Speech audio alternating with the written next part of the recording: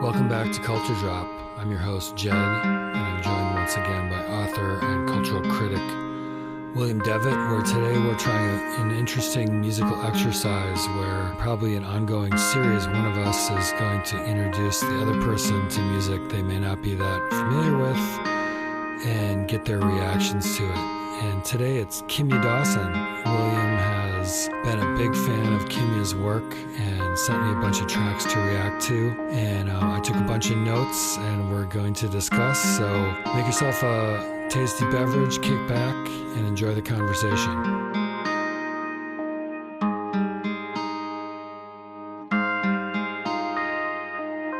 Where are we at? What are we talking about? Kimya. You sent me Kimya Dawson songs. What was your rationale there? I was going to just send him stuff and see what you wanted to think, because I tired of hearing myself talk. I was wondering what you thought about it. Yeah, well, interesting. I made some notes about each of these songs. Just overarching comment. The songs you sent are all pretty lo-fi type of recordings. She probably recorded it herself with acoustic guitar, her voice. And I was trying to place it, like, why does this sound familiar? And reading about her, she actually had the soundtrack to the Juno. I don't know if you ever saw that movie. Yeah. She had some songs in that soundtrack, which was like a #1 soundtrack, and it won a Grammy. So she had some acclaim, even though she's doing this very lo-fi type of aesthetic, which is kind of interesting. Yeah, I didn't. I got into her a couple of years before the movie came out, 2003, around there, 2002. Courtesy of Radio K. Oh, okay. Interesting. Working on a job, and they played two different songs, and the Current hadn't started up yet, and Radio K is still going. I think they even have an FM frequency the last couple of years now, too. And for my money, one of the three best, radio stations in Minnesota. Yeah. And, when the Juno movie came out, that was written, I believe the screenplay was written by a local gal, too. Oh, okay. Interesting. I think she wrote for, like, the City Pages. I can't remember her name. Yeah, that does kind of ring a bell. The other thing just struck me, just overall, like, aesthetically, it kind of reminded me of the Bob Dylan Basement tapes, where, like, she's not afraid to just let her mind run free lyrically.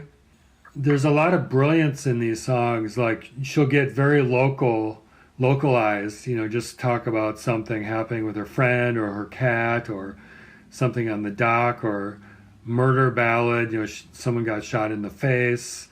But then she'll talk about, like, get universal and talk about, like, a hand coming down from heaven, and kind of this nice blend of, like, very localized colloquial language, and then, like, something on a grander scale happening in the same song. She the song Anthrax is one of the few good, not good, but great songs written about 9/11. Mm-hmm. And they did a band version of that a couple years later, they call it the power ballad version with full instrumentation. The language, the imagery, just in general. I haven't heard all her work. I had her first 3 albums, and I've never actually heard her the Moldy Peaches album, which is her and a really young guy, young at the time, a duo. I've heard a couple songs from it. I was oddly enough just listening to the basement tapes, the complete sessions. You know what I mean? How Dylan's like not afraid to just get completely ridiculous and you're just having fun with words, and I sense a lot of that spirit in Kimya Dawson. Yeah, which is why I'll make the grand statement. I think at least on some of these songs from her first 3 albums that she's, I'm going to say it, as good as Bob Dylan at his best. Okay. Well, you can't say that. That's heresy. That's a horrible... You are an ignorant person, Willie. You don't know Bob Dylan. You don't understand. You don't comprehend him. Yeah, I do. As much as there is to be comprehended, and I put Kimya Dawson up there with him. So, maybe we can go through these. I made some notes for each of the songs. Should we just kind of go through them? Oh, sure, yeah. Hadlock, Padlock. You know, there's kind of this murder ballad aspect to this song. There's this really cool line: 7 walls go up for every 1 wall that comes down, which is a really cool lyric. She does like a double track vocal. You know, even though it's lo-fi, double tracking your vocal can add a lot of power. And there's a flute in this song, which reminded me of Going Up the Country by Canned Heat, which I know is a song you don't like, but this song reminded me of that song because of the flute. Right. And the quick tempo as well, yeah. Right. The first time I heard it, that came to mind with me as well. There's not a lot of flute playing in rock and roll. I don't consider Jethro Tull to be rock and roll, so... Yeah. No, I'm with you. Yeah. Anthrax, I thought that was... I didn't pick up on the 9/11 thing, but, just that, like, it's a dream, and there's a really cool chord sequence. There's an angel watching over you, so... just looking at the lyrics I jotted down, I can see how that would be related to that. And there was an anthrax scare around that time, too. Right after 9/11. Yeah. The air is filled with computers, Coke machines, carpets, firemen. Yeah. Yeah, there's a whole list of things. It is, in fact, it's not a mystery song, sort of like the Church's Numbers, which I've always considered to be about 9/11, and they're the last band you would ever think would write topically about anything. And that's purely speculation, but it's still, for my money, it's about... It mirrors perfectly 9/11, but in a different way, in an apocalyptic sort of way. Whereas Anthrax, the Kimya Dawson song, it's very specific. Mm-hmm. We turned on CNN and we watched the towers fall again. In Montreal, our train got broken into and they stole all my guitars. We realized our life isn't that bad. And there really wasn't much to say about it when, like Neil Young and Paul McCartney and all these sorts of people tried to, write songs. Embarrassing, like, what's wrong with you guys? And Jagger said at the time, he said, well, what we're going to hear is a whole bunch of really bad songs about people trying to cash in on 9/11. Yeah. Okay, next Kimya Dawson song, The Beer. I had noted murder ballad, shot in the head. There's this really cool line, like this boombox, like she's carrying a boombox on her shoulder and it becomes like a box of clementines. There's an out of tune violin, and there's some really cool lyrics about silver pink pony, kisses me, blah blah blah. It's just kind of an interesting, kind of almost psychedelic murder ballad. It's a song about extreme alcoholism, I think. Mm-hmm. It's a young woman in the early 21st century United States, and the people that she knows, It's it's a Lou Reed song. Apparently, it actually did happen to her. She did. And it caused her to quit drinking.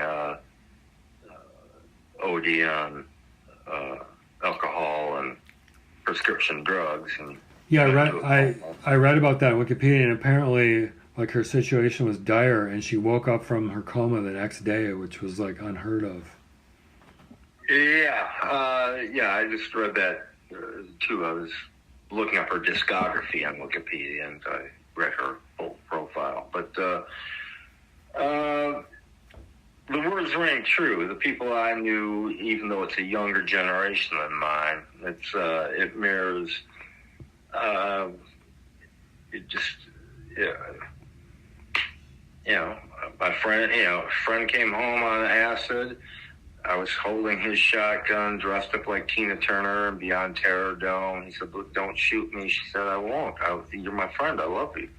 Yeah. But the rapid delivery, the rapping, is as strong as Dylan and Subterranean Homesick Blues, or any other Bob's great songs where he spits the verbiage out with a rapper's delight, to coin a phrase. Yeah. Just the imagery. The pink pony thing is just that's the denouement at the end of the song. It's she's a professional, or she was for or up until her early 30s, a professional daycare provider. Ah, okay. Her whole raison d'etre was taking care of little kids. Okay, so that explains like these albums she's recorded for kids. Yeah, and the one that she did, I forget, Alphabet, is hilarious. It's hilarious, and she uses little kids from her classes, from her daycare services, backing vocals on it, and but they're all about what are kids into? What are little kids into? Sure. Farts, fart jokes, poop, falling down, slapstick, and it's Kimya's. I don't even know how to put it. You can look at Robert Christgau's, who can be annoying, but he's also a very good writer. Some of his ideas behind reviews of say her early albums.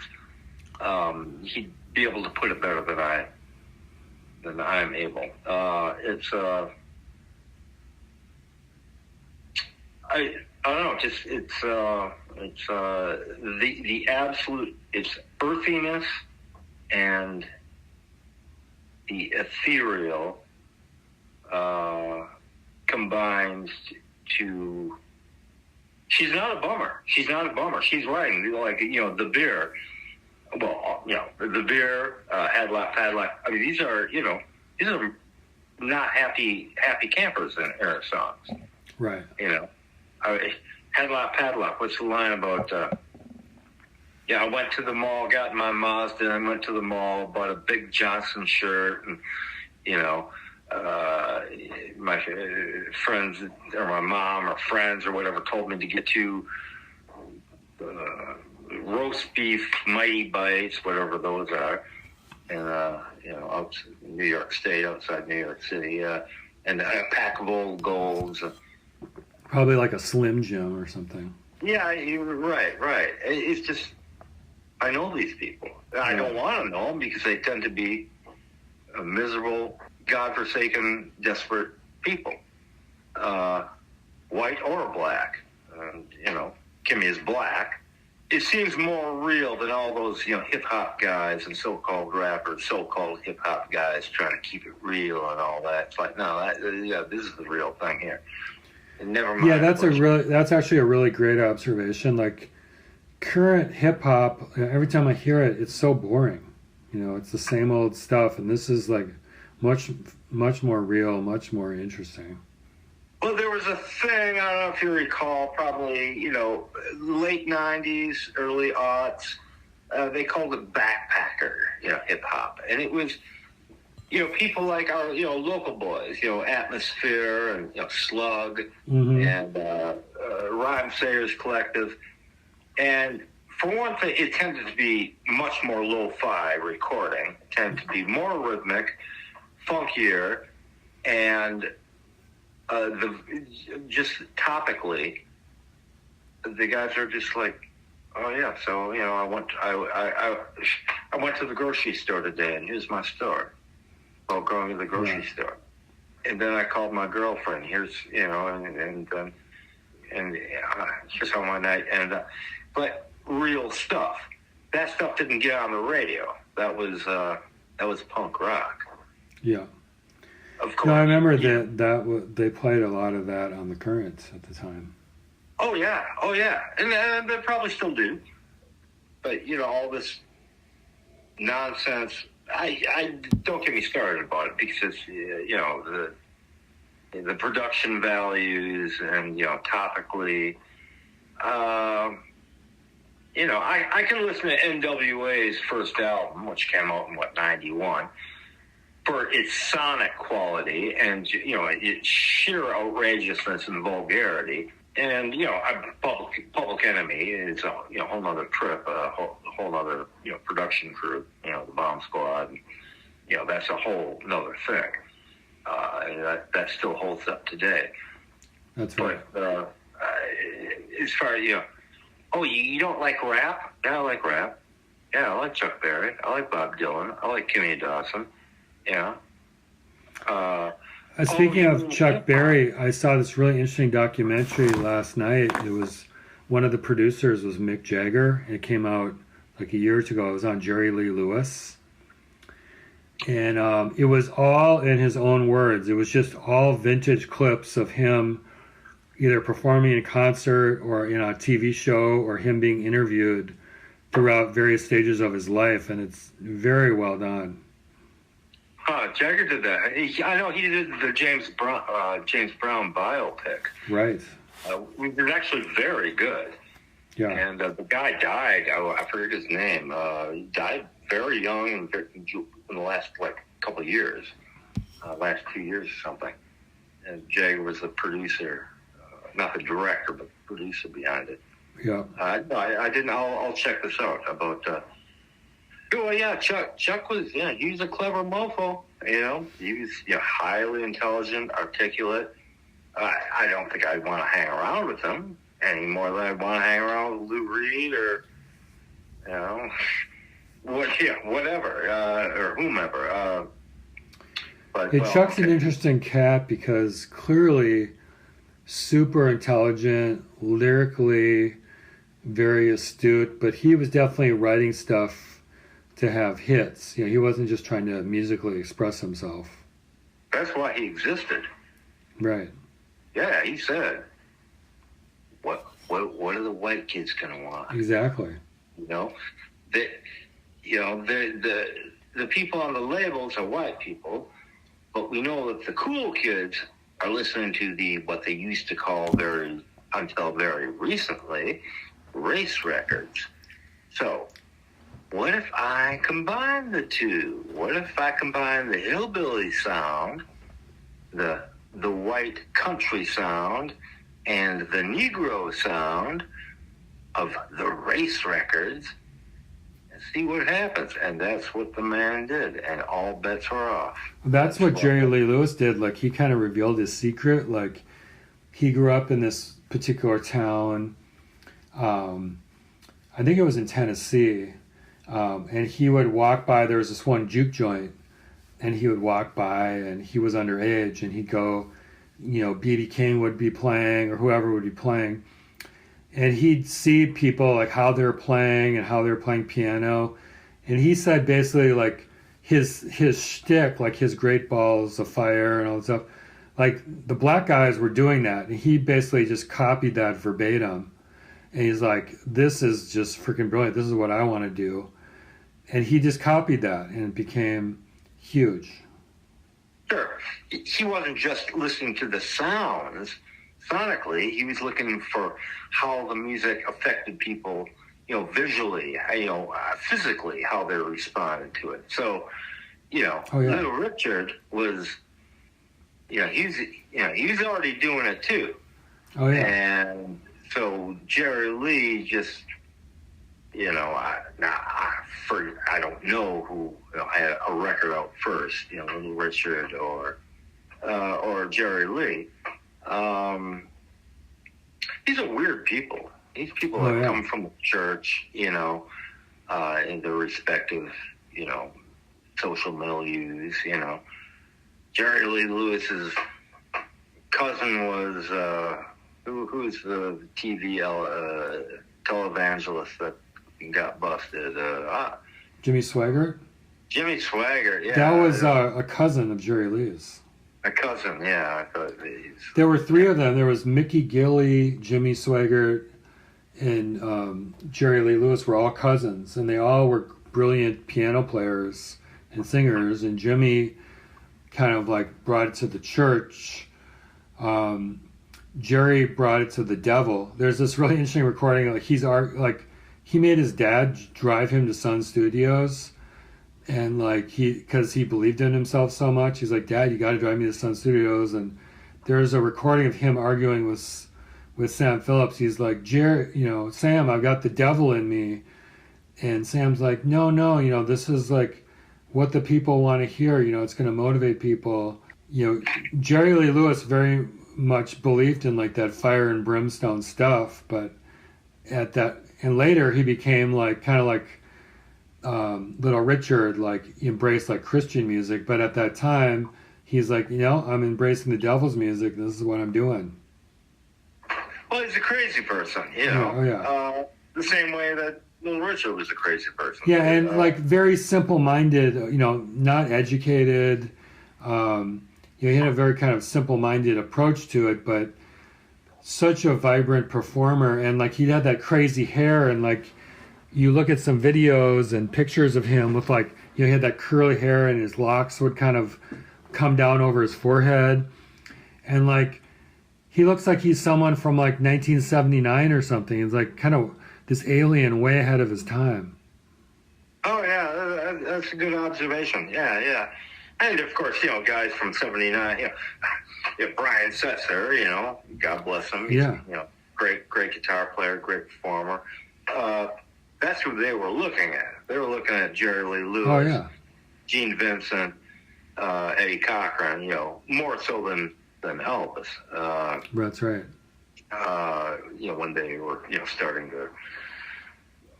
Well, Elvis was viewed by as kind of a fake, even by I think by those British guys and by Jerry Lee Lewis even, that Jerry Lee Lewis in this movie kind of said, he viewed Elvis as kind of Colonel Tom Parker was the puppet master and Elvis was just the puppet, and he viewed himself as the real deal.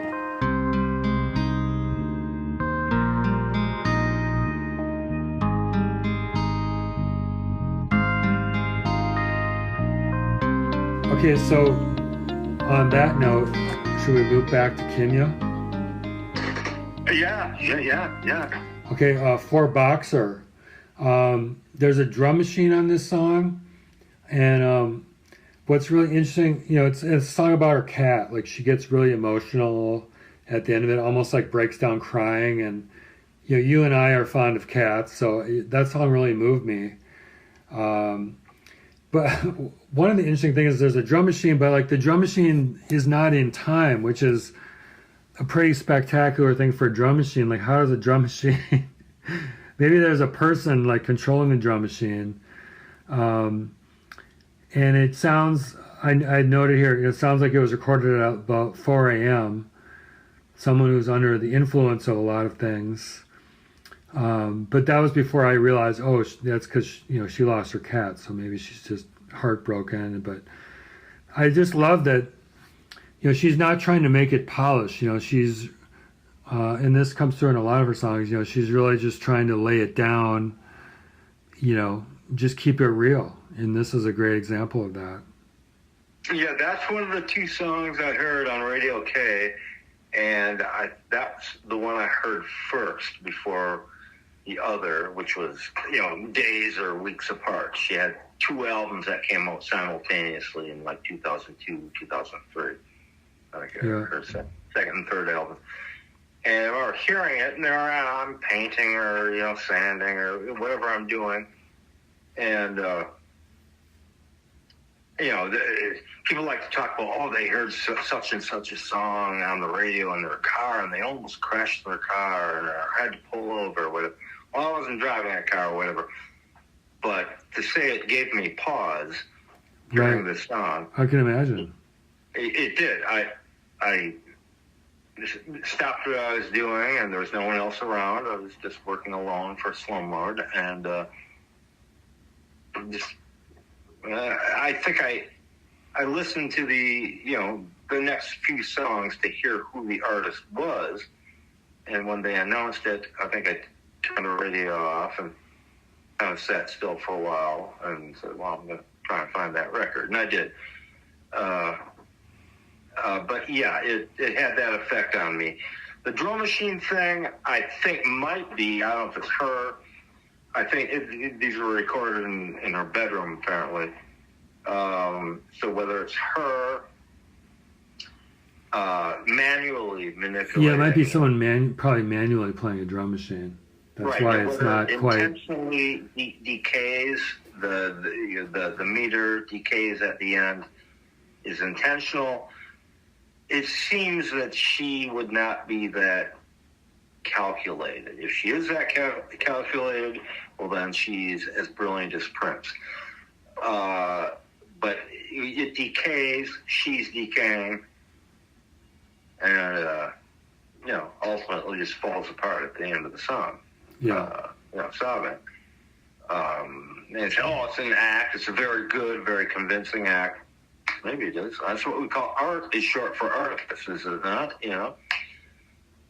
Unless you're Keith Richards and you say, art is something you put on the wall. This is work. That's the first thing I heard by her. And, lyrically it's nothing.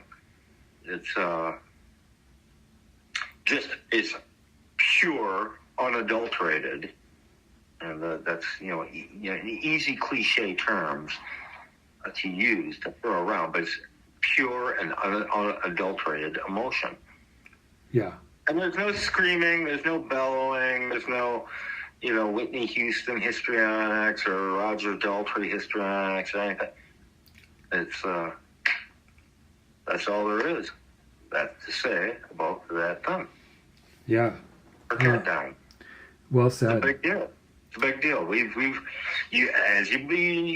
both had, animal companions die, and it can be as big a deal, if not more so, than human companions or friends or even family die.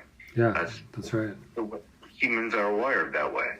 Yeah, it's a beautiful piece of music, even in its ugliness. Yeah. It's aesthetic amateurism. It's pure spirit. Yeah. Okay. Yeah. No. Well said. The next one, "Hold My Hand."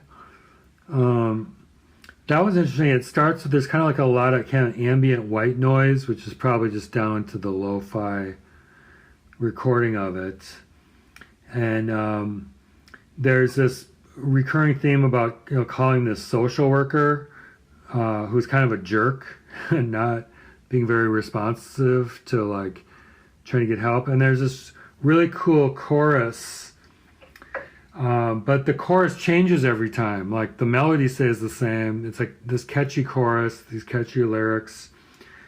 And I think it starts with sometimes the world gets blah blah blah, but then the rest of it changes every time she changes the words of the chorus. It's about kids not being safe. And then what's really powerful is she's singing it with a kid. I don't know if it's her kid. kind of they're singing like kind of in unison, and they're talking about holding my hand, and kind of then them singing together kind of gives the song an extra kind of power. Yeah, I'm assuming the song's just taken from her actual day job, which for Sure. years, she's a licensed daycare provider. Yeah. So I assume so. It's very repertorial that way. It's a very matter of fact. There's no symbolism or anything until maybe the very last verse. Yeah.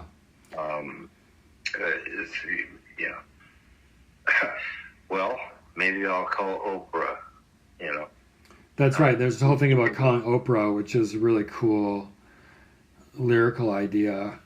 I'll tell her I'm fat and I'm black. I'm fat and black. I'd written that down, actually. Maybe me and Oprah can fix the CPS. Right. If you want to have a baby, they'll have to take a test. Right. I had written all that down, actually, because that struck me. Another thing I had written down is that, she's a musician, but almost more than that, she's a storyteller. She's a great lyricist. She's a great storyteller, and she's almost using the music as a vehicle to tell these really interesting stories about her life or her imagination. I think she's as good a storyteller as Springsteen. Mm-hmm. He's one of our greats. And in fact, on another song, on one of those first three albums, she actually mentions Springsteen. Mm-hmm. Like Bruce Springsteen, I was born to run. Or some, I forget what the line is. I forget the song. I don't have those albums anymore. I just have a compilation CD I burned. Yeah. But I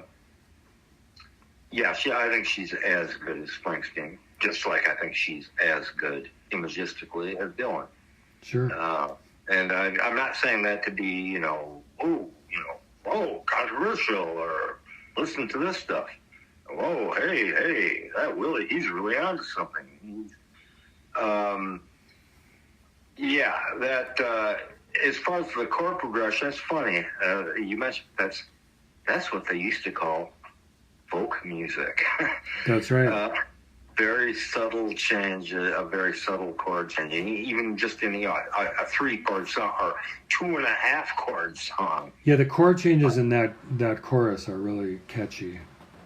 Very, very traditional. You've heard it a million times on other songs and other music in your life, and it's just there. It's the bedrock for what the singer has to say. And she's barely singing. She's practically whispering, really. I think it's a pretty astounding piece of music. Well, that's actually kind of a nice segue into the next song, Will You Be Me, because there's a piano in there. That's the other song, the second song I heard on Radio K.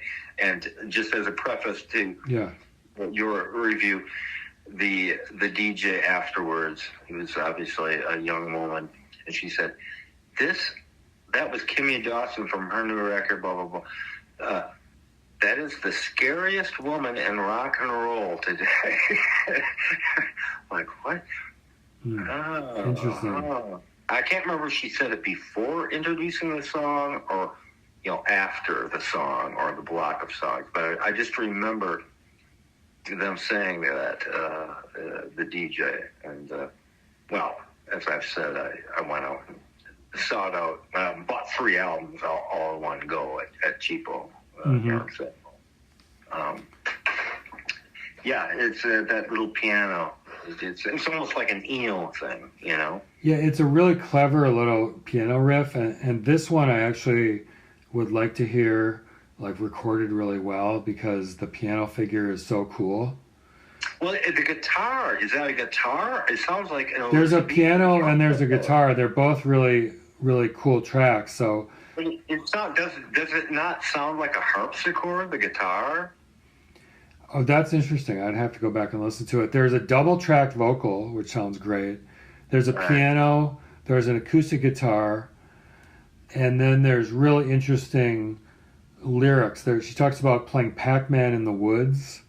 There's this rapid-fire, almost Dylan-esque fast word chorus. She's talking about fight my crazies. Drink my coffee, wear my clothes, fight my crazy. Yeah. There's like a cat that becomes a beam of light. A lot of fun lyrical stuff. Line. Yeah, that's again, her name. I think it's a dog maybe in that song, or maybe it's a cat. I reached out to pet her, and she turned into a beam of light. Isn't that a beautiful? Yeah. Image. Well, okay, go carry on. Well, that's all I had to say about that song. The next one, unless you have something else to say about it, was Time to Think.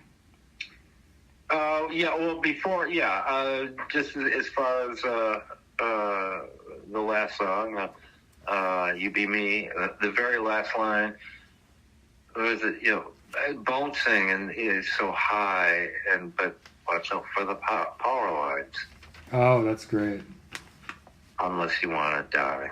Mm-hmm. Yeah, that's clever. This is, your inner child or whatever. No, she's locked into her outer child. She's okay. Anyway, that's all I got to say about that one. And then the last one you sent, Time to Think, is it's got a cool piano. There's piano on that one? Yeah, there's piano in that one. There's counterpoint melodies, which, that's where you sing like two different parts at the same time. So it's very, whenever you do that, things get very complex, and you have to be very clever to be able to pull that off. And she does in this song. I think I know what you're talking about. Back when they had actual music classes in schools, which I don't know if they do anymore. Yeah, you'd have two different parts going at the same time with different phrasing, but they'd all resolve like in the final line, and it's just so pleasing to your ear when that's done. But they would teach children things like that. That's right. Row your boat, around they would call it. Well, that's around. That's different. Well, I understand that. But songs that are didactic, they're instructive for a child to attune a child's ear to melody, rhythm, counterpoint melody, and counter rhythm. It requires a certain kind of concentration. I don't want to say a mathematical, even though mathematics is a big deal with music. Yeah, well, music is mathematics, in the air. It's sonic. We talked about last time, and that's what Kimya is doing in the Time to Think. She has like a counterpoint thing like that. Some of those lines and references, Arthur Ashe and Billie Jean and Vonnegut at the university. She's just spitting these. It's like, Dylan is 66. She's spitting these lines out. I just love that. And this resigned but hopeful, never mind playful, but actually hopeful quality to the song. Just, it's what a young person, it's everything to be young in, whenever it came out, I think 2002, 2003. The other thing with this song, it starts off with really simple words and like a silly kid song. You're like, oh, this is just a silly kid song. And I wasn't that interested. And then all of a sudden it goes into like, she talks about Saturn and soliloquies, and she's using all these obscure words that kids wouldn't understand. So it tricks you. Like you think this is a kid song, and now it's a very complicated adult song. And so that makes it very interesting also. Now here's the thing, speaking to that, often spoken to, probably with you as well, but certainly to many other, friends and confidants and confederates who I'm able to speak about such things with, is that back in the day, as we used to say, or maybe they still say, children were expected to be intelligent. Right, can you imagine? As soon as possible. They were not. You did not look down. You maybe look down on a child because they're just a bloody child. But your what they were given as food for thought and food for the soul was pretty advanced. Pretty advanced. That's right. Richard Adams' Watership Down, which is basically the Odyssey set in lapine culture, which means rabbit culture. And not anthropomorphized rabbits, but actual rabbit behavior. The only reason they use the English language is that so people can read the damn book. But that was considered a children's book. And it came out, I think it was published in 72, 71, something like that. Mm-hmm. And so music appreciation, it was a real thing. It was a real thing. I grew up with, long players, which were, all the rage, with, little crummy turntables, listening to, Tchaikovsky and, the musical versions of Beatrice Potter's, Peter Rabbit and Jemima Puddle Duck songs. And so, or stories. So you get this cross-pollination, and then I'd turn on the radio, and I'd hear, the Four Tops, Sugar Pie, Honey Bunch, or, the Stones, Get Off My Cloud, or the Beatles, I Want to Hold Your Hand, or whatever, and then go back to listening to whatever records that my parents would, buy for us, I have 7, siblings, so it was, a big family, and there would be music just all over the place from all different angles, all different cultures, all different time periods, including right up to the present. In, grade school or middle school, as you want to call it, 4th grade, 3rd grade, whatever, you're taught complex songs and complex ways of hearing music and singing music, like the Inchworm song, or, Around, like Row, Row, Row Your Boat, or, how to sing unison with a whole class of 20 kids, or how to sing counterpoint and harmony. This is an actual class that you had, a couple times every week in grade school for 8 years. Do they have this anymore? Right. In public schools, parochial schools, this is a big deal, Jed. This is a big deal. No, I agree.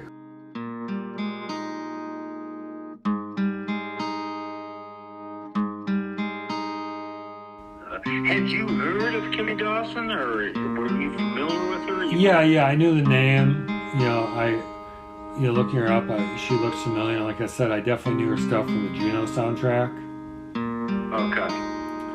But I never, seriously, just sat down and listened to her music, so it was an interesting musical exercise.